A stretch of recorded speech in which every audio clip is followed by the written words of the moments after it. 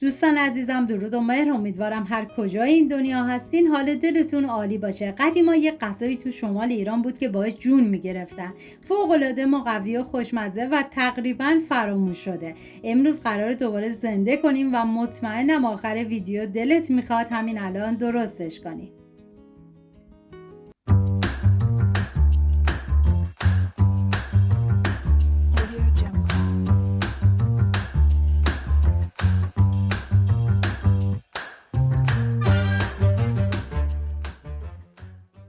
یک عدد پیاز بزرگ رو با دنده درشت رنده کنید. این غذا برای 5 نفر در نظر گرفته شده. شما به اساس تعداد نفرات باید مواد رو کم یا زیاد کنید.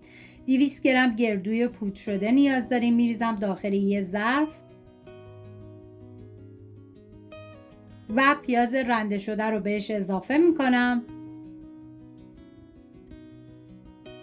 سبزی خشک معطر که برای این کوکو ما نیاز داریم شامل نعنا، گشنیز و چوچاق هستش که همه با هم باید 2 قاشق غذاخوری بشه. چوچاق رو میتونین از عطاریات تهیه کنید. 1 عدد تخم مرغ رو میشکنم و ادویه هم شامل نمک، زردچوبه، فلفل سیاه و پودر تخم گشنیز هستش که البته پودر تخم گشنیز تو دستور تهیه غذای اصلی نبود، پس قابل حذف، ولی به نظر من اگه داشتین استفاده بکنید طعم این کوکو رو فوق‌العاده خوشمزه تر میکنه. هم میزنم تا همه مواد با هم دیگه مخلوط بشن.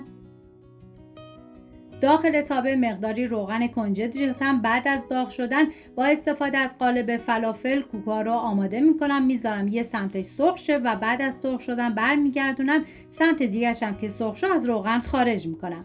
دلیل مقوی بودن این غذا کاملا مشخصه. گردو پر از چربیای مفیده که بدن رو پر انرژی نگه میداره و زود گرسنتون نمیکنه. سرشار از امگا 3 و برای مغز و قلبم فوق‌العاده مفیده.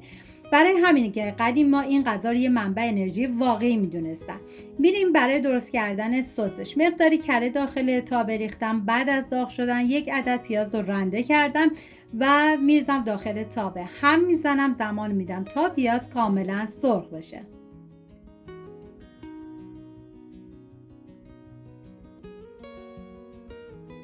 ادویه‌ام شامل زردچوبه، فلفل سیاه، نمک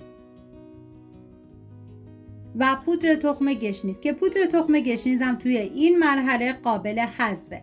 هم میزنم ادویه ها تف بخورن، عطر ادویه ها آزاد بشه. 1 قاشق غذاخوری سرپر رب گوجه فرنگی رو میریزم داخل تابه و هم میزنم و میذارم تا رب تف بخوره، رب رنگش باز بشه.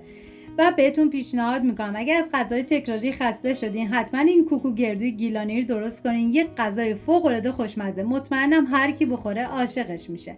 برای خوش رنگ شدن رب مقداری آب جوش بهش اضافه کردم و دوباره هم میزنم و سبزی معطر خشک که تو مرحله اول استفاده کردیم توی این مرحله به بقیه مواد اضافه میکنم که شامل نعنا، گشنیز و چوچاق بود. هم میزنم فقط در حدی که با بقیه مواد مخلوط بشه و من مقداری گوجه گیلاسی هم توی این مرحله بهش اضافه میکنم که شما اگه نداشتین میتونین حذف بکنید و هم میزنم تا همه مواد با هم دیگه مخلوط بشن. 1 لیوان نصف آب بهش اضافه میکنم. البته باید از آب جوش حتما استفاده کنی. هم میزنم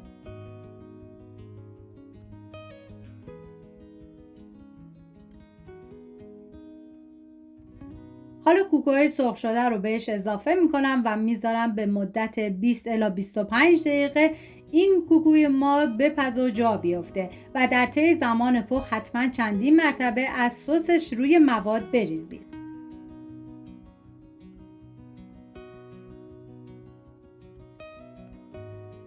اگر این غذا براتون جالب بود و حس کردین اینجور غذاها نباید فراموش بشن حتما ویدیو رو لایک و کانال رو دنبال کنید.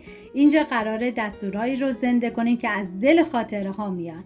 امیدوارم درست کنیم و در کنار خانواده از خوردنش لذت ببرید. تا ویدیوی بعدی مراقب خودتون و خوبی هاتون باشید. تا درودی دیگر، بدرود.